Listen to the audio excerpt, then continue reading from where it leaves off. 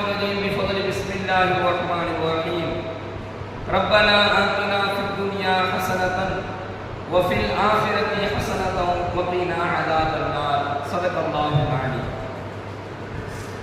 وفي الآخرة حسنة யா அல்லாஹ் மறுமையில் எனக்கு நற்பாக்கியத்தை வழங்குவாயாக என்ற அழகான துஆவை எல்லாம் வல்ல இறைவன் தன்னுடைய திருமறையின் மூலமாக நமக்கு கற்றுக் கொடுக்கின்றார். கேட்டதை அல்லாஹ் நமக்கு வழங்க வேண்டும். நாம் எதை அல்லாஹ்விடத்திலே கேட்கின்றோமோ அதை அல்லாஹ் நமக்கு வழங்க வேண்டும். நாம் எதை அல்லாஹ்விடத்திலே கேட்கின்றோமோ அதை விட சிறப்பானதை அல்லாஹ் நமக்கு தர வேண்டும். நாம் எதை அல்லாஹ்விடத்தில் கேட்கின்றோமோ அதை அல்லாஹ் உடனடியாக நமக்கு தர வேண்டும் என்கின்ற ஆசைகள் நமக்கு இருக்கும். நபியநாயகம் ஸல்லல்லாஹு அலைஹி வஸல்லம் அவர்கள் சொல்கின்றார்கள், நீங்கள் அல்லாஹ்விடத்திலே கையேந்தி நீங்கள் கேட்டு விட்டீர்கள் என்று சொன்னால், ஒன்று நீங்கள் கேட்டதை அல்லாஹ் உங்களுக்கு வழங்குவார், இல்லை என்றால் நீங்கள் கேட்டதை விட அதிகமானதை அல்லாஹ் வழங்குவார். அதுவும் கிடைக்கல அப்படின்னு சொன்னா நீங்கள் நிராசை அடைய வேண்டாம். நீங்கள் கேட்டது இந்த இம்மையில் உங்களுக்கு கிடைக்கவில்லை என்று சொன்னால் நாளை மறுமையில் அதை அல்லாஹ் வழங்கி விடுவான் என்பதாக நபிகள் நாயகம் ஸல்லல்லாஹு அலைஹி வஸல்லம் அவர்கள் சொல்வார்கள். அல்லாஹ்விடத்தில் நாம் எதை கேட்கின்றோமோ அதை அல்லாஹ் நிச்சயமாக கொடுக்காமல் இருப்பதில்லை.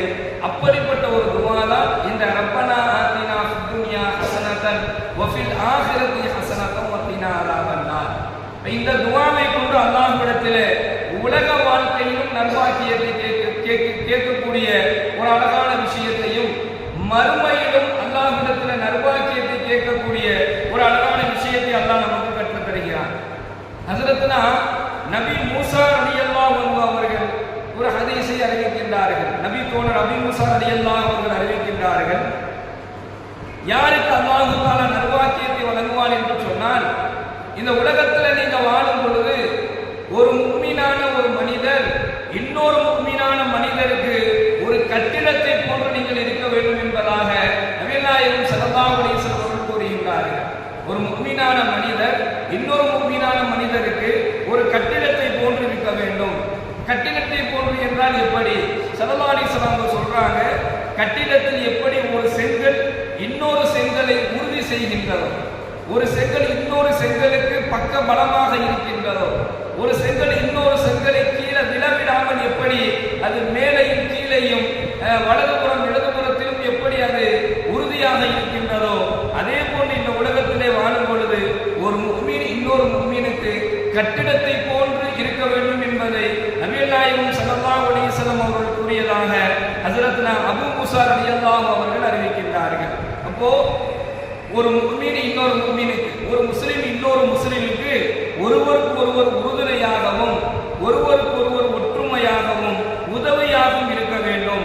நீங்கள் ஒரு முஸ்லிம் இன்னொரு முஸ்லிமிடத்திலே வேற்றுமை பார்க்கக்கூடாது. ஒரு முஃமின் இன்னொரு முஃமினிடத்திலே வேற்றுமை பார்க்கக்கூடாது. ஒரு சகோதரன் இன்னொரு சகோதரனிடத்திலே வேற்றுமை பார்க்கக்கூடாது. அதிலும் குறிப்பாக பொருளாதாரத்தை கொண்டு நீங்கள் ஒரு சக மனிதர்களிடத்தில், உன் சகோதரனிடத்தில் என்ன செய்யாதீங்க, வேற்றுமை பார்க்க வேண்டாம். அந்தஸ்தை கொண்டு நீங்கள் வேற்றுமை பார்க்க வேண்டாம். அரவணைத்து வாழ்வதை அல்லாஹ் விரும்புகின்றான். எவர் இந்த உலகத்தில் வாழும் பொழுது தன் சகோதரனை அரவணைத்து வாழுகின்றாரோ அவரை நாளை மறுமை நாளில் அல்லாஹ் தஆலா அரவணைத்துக் கொள்வான், அவருக்கு சிறந்த நற்பாக்கியத்தை வழங்குவான் என்பதை நபிகள் நாயகம் ஸல்லல்லாஹு அலைஹி வஸல்லம் அவர்கள் இந்த ஹதீஸின் வாயிலாக நமக்கு சொல்லி காண்பிக்கின்றார்கள். ஒன்று. இரண்டாவது, ஹஸரத்னா ஜரீர் இப்னு அப்துல்லா ரலியல்லாஹு அவர்கள் இந்த ஹதீஸை அறிவிக்கின்றார்கள். நபி ஸல்லல்லாஹு அலைஹி வஸல்லம் அவங்க சொல்றாங்க, நாளைக்கு மறுமையில் யாருக்கு அல்லாஹ் தஆலா சிறந்த நற்பாக்கியத்தை வழங்குவான் என்று சொன்னால், மனிதர்களிடம் யார் இரக்கம் காட்டுகின்றாரோ அவர்களுக்கு அல்லாஹ் இரக்கம் காட்டுவான். மனிதர்களிடத்தில் யார் இரக்கம் காட்டவில்லையோ அவருக்கு அல்லாஹ் இரக்கம் காட்ட மாட்டான் என்பதை நபிகள் நாயகம் ஸல்லல்லாஹு அலைஹி வஸல்லம் சொல்லி காண்பிக்கின்றார்கள். சொல்லிட்டு சொல்றாங்க, இரக்கப்பட வேண்டும், இரக்கம் கொள்ள வேண்டும், இது அல்லாஹ்வுடைய குணம் என்பதாக நாயகம் ஸல்லல்லாஹு அலைஹி வஸல்லம் சொல்றாங்க. இந்த உலகத்தில் வாழும் பொழுது எவர் ஒருவர் தன் சக மனிதர்களிடத்தில் இரக்கம் காட்டி வாழுகின்றார்கள், தன் சகோதரிடத்தில் இரக்கம் காட்டி வாழுகின்றாரோ அவருக்கு நாளை மறுமையில் அல்லாஹ் இரக்கம் காட்டுவான், மேலும் சிறந்த நற்பாக்கியத்தை அல்லாஹ் வழங்குவான் என்பதை நாயகம் ஸல்லல்லாஹு அலைஹி வஸல்லம் அவர்கள்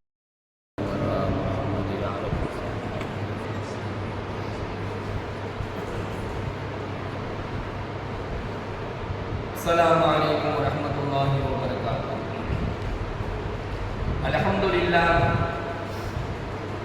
அல்ஹம்துலில்லாஹி ரப்பில் ஆலமீன் வல் ஆகிபத்து லில் முத்தகீன் வஸ்ஸலாத்து வஸ்ஸலாமு அலா நபியில் முர்சலீன் வ அலா ஆலிஹி வ ஸஹ்பிஹி அஜ்மஈன். அஊது பில்லாஹி மினஷ் ஷைத்தானிர் ரஜீம் பிஃضل பிஸ்மில்லாஹிர் ரஹ்மானிர் ரஹீம். ரப்பனா ஆத்தினா ஃபித் துன்யா ஹஸனத்தன் வ ஃபில் ஆখিরাতি ஹஸனத்தன் வ கினா அஸாபன் நார். ஸதகல்லாஹுல் அலீம். வ ஃபில் ஆখিরাতি ஹஸனத்தன், யா அல்லாஹ் மறுமையில் எனக்கு நற்பாக்கியத்தை வழங்குவாயாக என்ற அழகான துஆவை எல்லாம் வல்ல இறைவன் தன்னுடைய திருமறையின் மூலமாக நமக்கு கற்றுக் கொடுக்கின்றார். கேட்டதை அல்லாஹ் நமக்கு வழங்க வேண்டும். நாம் எதை அல்லாஹ்விடத்தில் கேட்கின்றோமோ அதை அல்லாஹ் நமக்கு வழங்க வேண்டும்.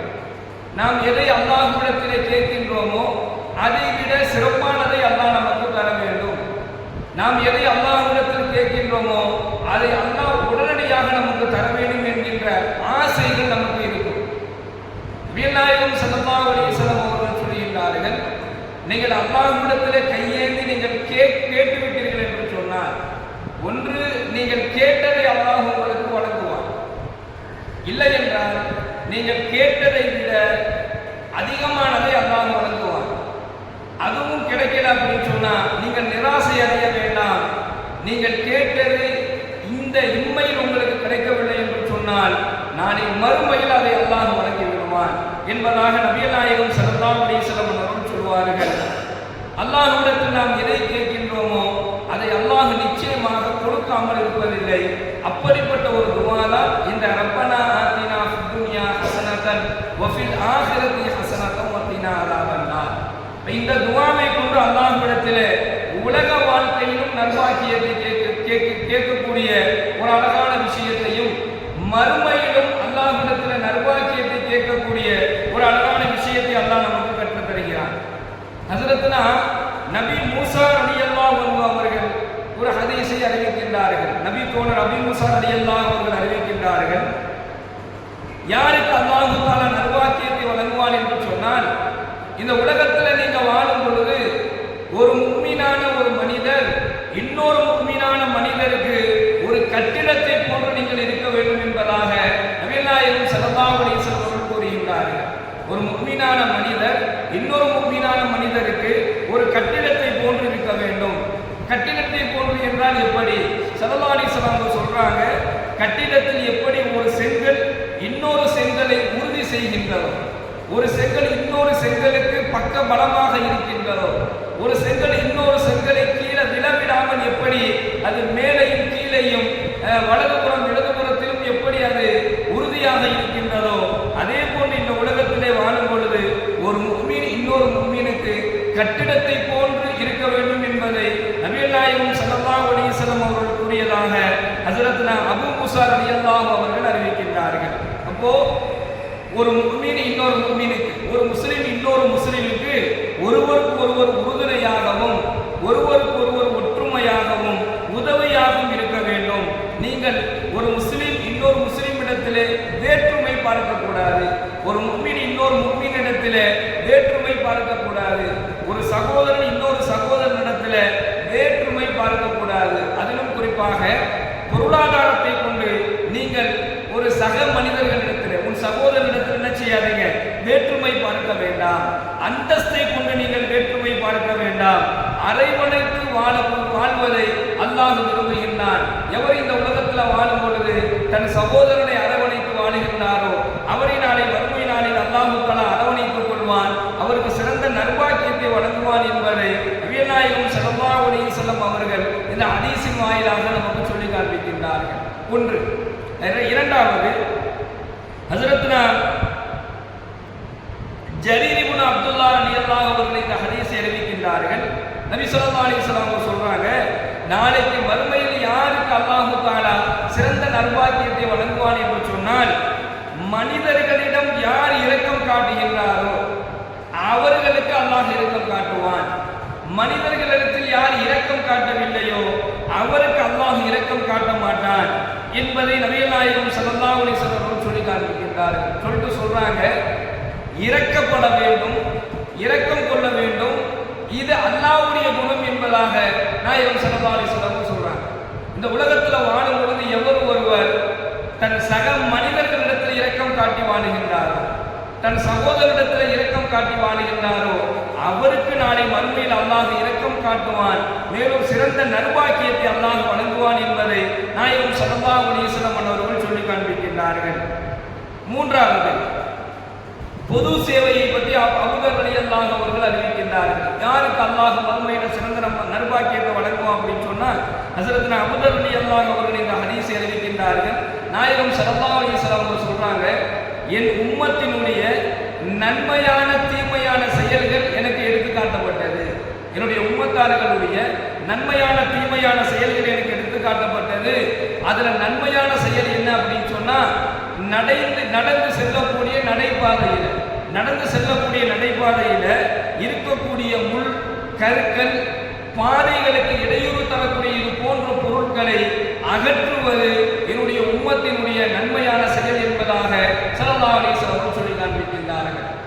அப்போ என்னுடைய உம்மத்தினுடைய தீமையான செயலும் எனக்கு காட்டப்பட்டது. அது என்ன அப்படின்னு சொன்னா, அல்லாஹுவை வணங்கக்கூடிய இறை இல்லங்களில், அல்லாஹுவை இபாதத் செய்யக்கூடிய இறை இல்லங்களில் சளி, எச்சில் போன்ற அருவருப்பான செயல்களை செய்துவிட்டு அதை தொடைக்காமல் விட்டு விடுவது என்னுடைய உம்மத்தார்களிடத்தில் என்னுடைய உம்மத்தார்களுடைய தீமையான செயல்களாக எனக்கு காட்டப்பட்டது என்பதாக நபிகள் நாயகம் ஸல்லல்லாஹு அலைஹி வஸல்லம் சொல்லி காண்பிக்கின்றார்கள். பெருமானார் ஸல்லல்லாஹு அலைஹி வஸல்லம் அன்னவர்கள் நன்மையான செயல் என்பதாக எதை சொல்றாங்க அப்படின்னு சொன்னா, பாதைகளில் நாம் நடந்து செல்லும் பொழுது அந்த பாதையில் நடக்கக்கூடியவர்களுக்கு இடையூறு தரக்கூடிய எந்த விதமான ஒரு பொருள் இருந்தாலும், அது முள்ளாகவோ அல்லது கற்களாகவோ அல்லது எந்த ஒரு பொருளாக இருந்தாலும் அந்த இடத்திலிருந்து அந்த பொருளை அகற்றி வைப்பது என்னுடைய உம்மத்தாருடைய நன்மையான செயல் என்பதாக சொல்றாங்க. பாதைக்கு நீங்கள் இடையூறு தராதீர்கள், பாதைகளுடைய உரிமைகளை நீங்கள் அபகரிக்காதீர்கள் என்பதாக ஸல்லல்லாஹு அலைஹி வஸல்லம் சொல்றாங்க. அப்போ நடந்து செல்லக்கூடிய பாதையில கிடைக்கக்கூடிய பொருள்களை, அதாவது பாதையில் மக்களுக்கு இடையூறு தரக்கூடிய பொருட்களை எடுத்து அப்படி ஓரமா போடுறது இருக்குது, அது மிகப்பெரிய நன்மையான செயல் என்பதாக ஸல்லல்லாஹு அலைஹி வஸல்லம் சொல்றாங்க.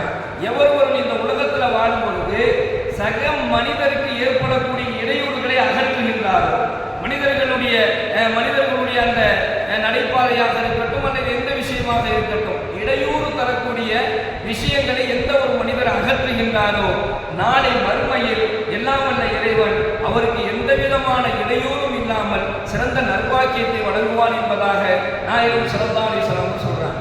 இரண்டாவது, தீமையான செயல் என்பதும் சொல்லும் பொழுது பள்ளிவாசல் சொல்றாங்க. பள்ளிவாசல் என்பது சாதாரணமான ஒரு இடம் அல்ல.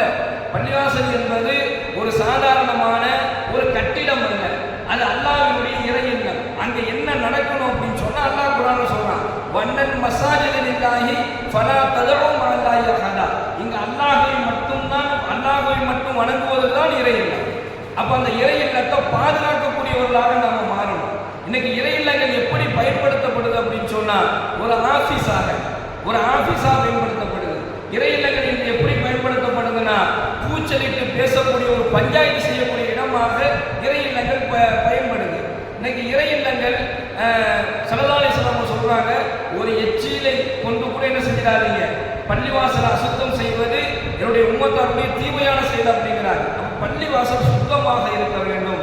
பள்ளிவாசலுக்குள்ள அருவருப்பான விஷயங்கள், அதாவது எந்த ஒரு சின்ன ஒரு அருவருப்பான விஷயங்களை கூட செய்வதை ஸல்லல்லாஹு அலைஹி வஸல்லம் விரும்பல.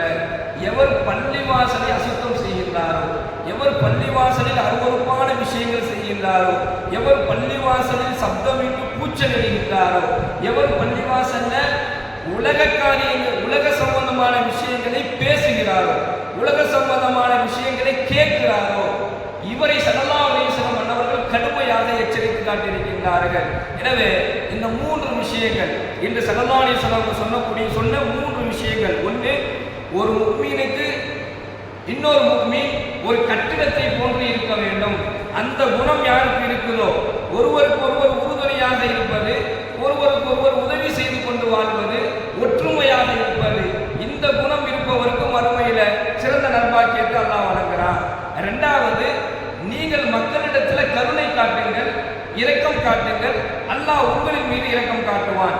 யார் மக்களிடத்தில் இரக்கத்தோடு இரக்கம் காட்டி வாழ்றாரோ இவருக்கு நாளை மறுமையில அல்லாஹ் இரக்கம் காட்டுவான், சிறந்த நல்வாக்கியத்தை வழங்குவான். மூணாவது, பொது சேவை. மக்கள் நடந்து செல்லக்கூடிய நடைபாதைகளில் இருக்கக்கூடிய அந்த அவர்களுக்கு இடையூறு தரக்கூடிய பொருள்களை அகற்றி வைப்பது நாளை மறுமையிலே சிறந்த நன்மையை பெற்றுத்தரும். நான்காவது, பள்ளிவாசலிலே தூய்மையாக இருந்து கொள்ள வேண்டும், பள்ளிவாசலில் கண்ணியமாக நடந்து கொள்ள வேண்டும். இந்த செயல்கள் நாளை மறுமையில சிறந்த நற்பாக்கியத்தை பெற்றுத்தரும் என்பதை இந்த ஹதீஸின் வாயிலாக நாம் பார்க்கின்றோம். எல்லாம் வல்ல இறைவன் நாளை மறுமையில வஃபில் ஆகிரத்தி ஹசனத்தன், அல்லாஹ் சொல்லி தரக்கூடிய வஃபில் ஆகிரத்தி ஹசனத்தன், அந்த மறுமையில அந்த சிறந்த நற்பாக்கியத்தை எல்லாம் வல்ல இறைவன் நம் அனைவருக்கும் வழங்குவானாக. வாஹித் அல்லாஹ் அல்ஹம்துலில்லாஹி ரப்பில் ஆலமீன். அஸ்ஸலாமு அலைக்கும் வரஹ்மத்துல்லாஹி வபரகாத்துஹு. சுப்ஹானல்லாஹி வபிஹம்திஹி, சுப்ஹானல்லாஹி வபிஹம்திஹி, வனஷ்ஹது அன் லா இலாஹா இல்லா அன்த நஸ்தக்ஃபிருக வ நதுபு இலைக். சுப்ஹான ரப்பிக ரப்பில் இஸ்ஸத்தி அம்மா யசிஃபூன் வ ஸலாமுன் அலல் முர்ஸலீன் வல்ஹம்துலில்லாஹி ரப்பில் ஆலமீன். ஸல்லல்லாஹு